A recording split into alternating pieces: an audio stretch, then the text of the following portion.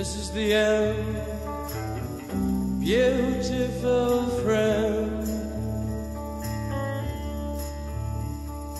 This is the end, my only friend. The end of our elaborate plans. The end of everything that stands. The end, no safety or surprise. The end, I'll never look into your eyes again.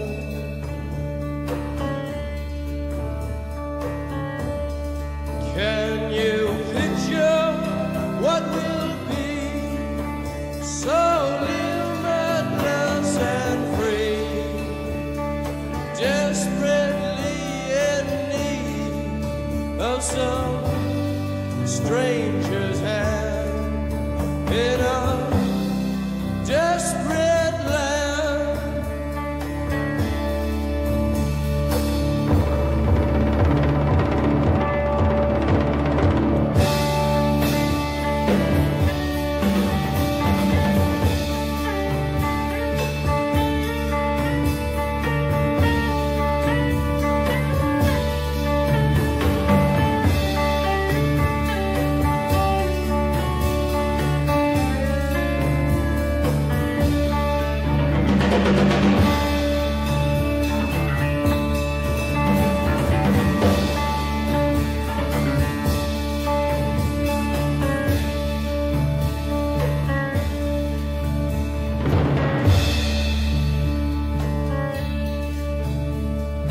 Lost in a romance, wilderness of pain, and all the children are insane.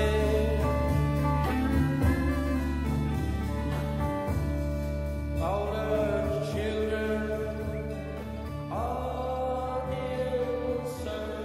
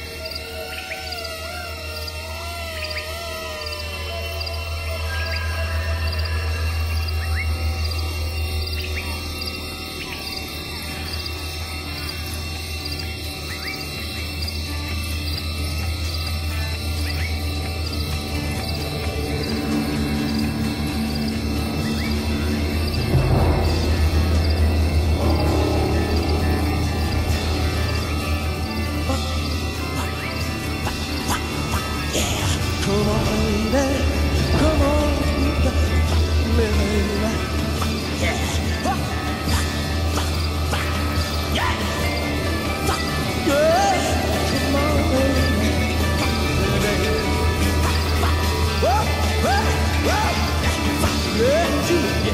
Come on. Yeah. All right.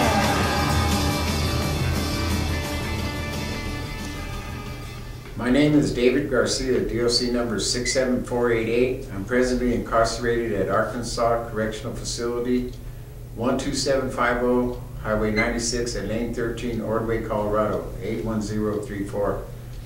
I've been serving a 64-year sentence and have done over 20 years with good time for an alleged first-degree assault conviction and convicted as a habitual offender under the three-strike law, which is and has been considered unconstitutional in most states but Colorado. I never pled guilty to this crime and was tried in Arapahoe County in Colorado. Two of the prior convictions used in this enhancement were victimless crimes. One, a second-degree assault, which was basically a resisting arrest while intoxicated. And the other two charges are prior convictions to enhance this conviction were an escape, a walk away from a halfway house, and an attempted escape, not coming back in time when I was allowed to attend a family funeral given by the court. These three prior convictions were the charges used to enhance my conviction of a sentence of 8 to 12 years aggravated to 16 years, and finally enhanced times 4 under the habitual 3-strike law, which totaled out to 64 years. I pled not guilty to this crime, and the prints on the weapon used in my crime did not belong to me. This was determined at trial by the state's own expert witness, and my attorney was so ineffective, he never had the state district attorney trying this case check to see who the prints belonged to. I believe that if at this point in my trial, this evidence could have been the factor which would have affected the jury's decision as to my innocence or to the very least grounds for a mistrial. Not only did my attorney misrepresent me, but he also abandoned me in the appellate stage, which caused me to be time barred from all future post-conviction appeals. All this is a matter of record in my trial transcripts, public records available to anyone. All of this, which is presently being reviewed by Project Innocence in Boulder Law School at Colorado University Law School. This video you're viewing is being sent to the Governor of Colorado in part, and the reason is I'm applying for clemency from our Honorable Governor. The last chance to recover my life back. Even if we set aside all the legal factors, look at the extreme disproportionality and disparity in this sentence. I've been given a life sentence without a chance of parole for a first-degree assault with this habitual enhancement. Because the Department of Corrections tolls this sentence at serving to the very minimum 48 years to be eligible for parole, I would be over 100 years old because I'm over 60 years old at this time. This sentence is more severe than most murder convictions and crimes that a convicted felon would serve for crimes against women and children. There are felons here in prison that have over 20 felony convictions serving less time and never charged as habitual offenders because they plea bargained with the state. I've only had these 3 felony plea agreements in my life. Because I claimed innocence, this is what happened because I wouldn't plea bargain and went to trial. I'm a veteran who has been suffering from PTSD since my release from the service and has suffered with this affliction like many other vets who escape problems with alcohol abuse.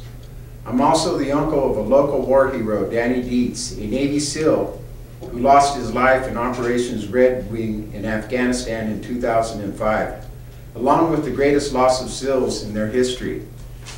My nephew was given a memorial in Littleton, Colorado, and since then their mission has been memorialized in a movie called Lone Survivor. This same county that honored my nephew sentenced me to die in prison for a crime I didn't commit.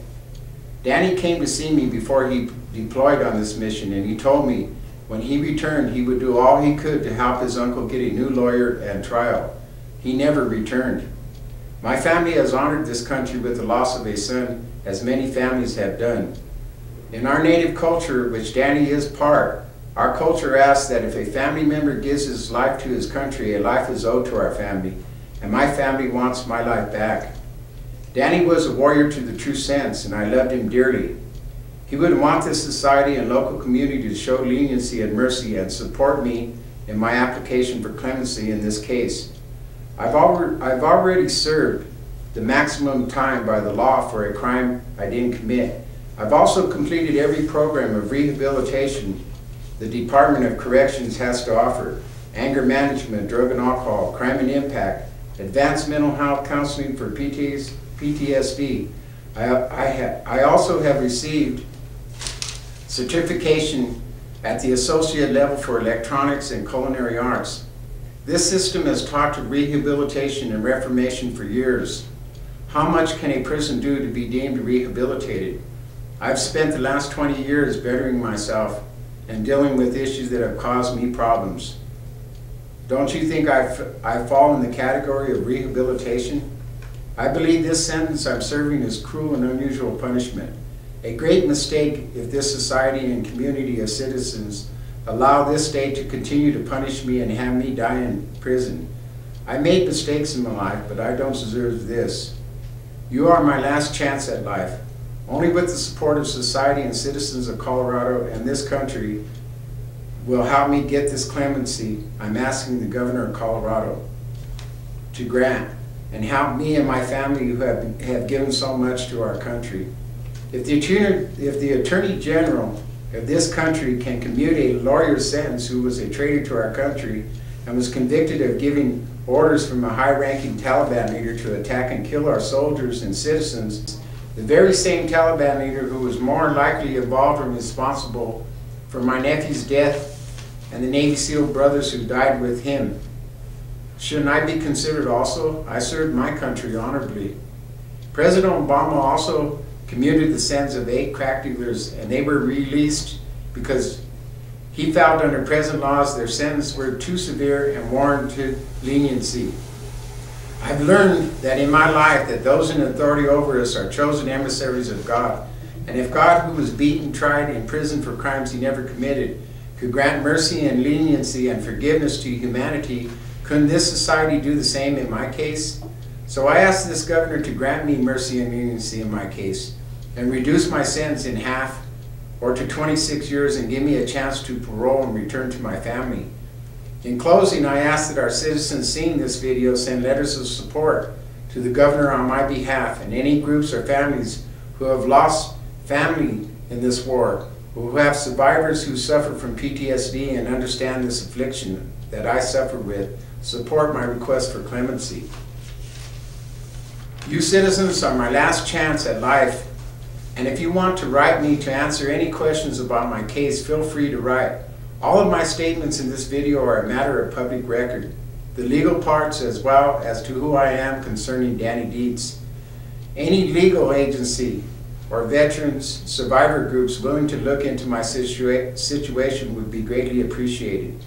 Let's not forget those in prison who have deployed numerous times in these Mideast conflicts, as well as the Vietnam vets who have fallen to PTSD, alcohol, anger, and forgotten because they never received an alternative to treatment, but thrown into prison, forgotten, and abandoned.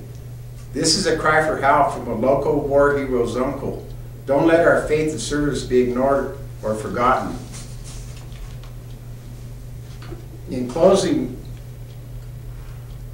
I just want to say that, to the governor and to whoever else that sees this video, that I don't think that I'm, after 20 years, men change in here. And I don't think that I'm a threat to society anymore. I'm 60 years old. I also want you to know that, I've lost a lot in the 20 years I've been locked up. I've lost a brother and sister. I've lost a wife. So I sit here alone, You have to look into the fact of how men come into these situations in prison and how this system seeks for us to be held accountable for the things that we have done in our lives, and we do that through the programs that we try to complete in here. We're always asked not to judge each other. This is my story, and I'm bringing it to my family, and I'm bringing it to you out there, whoever may see this video, to try to make them understand that through this nightmare, I still haven't thought about seeking anything other than getting my freedom back and being with my family and taking care of my son. I also have a son. So in closing, I want to thank this department for allowing me to have the opportunity to make this video to give to my family, and also to let this governor look at me as a human being and not as just a piece of paper and a file and a DLC number. I think it's good that we should be allowed to be able to be seen as a person. And it's important to see us as a person, because I'm not just a file and a DLC number. I'm a human being that has made mistakes, but also ask that you look, at this whole picture and see my predicament and try to grant me this leniency and this mercy that I ask for in my clemency request. Thank you.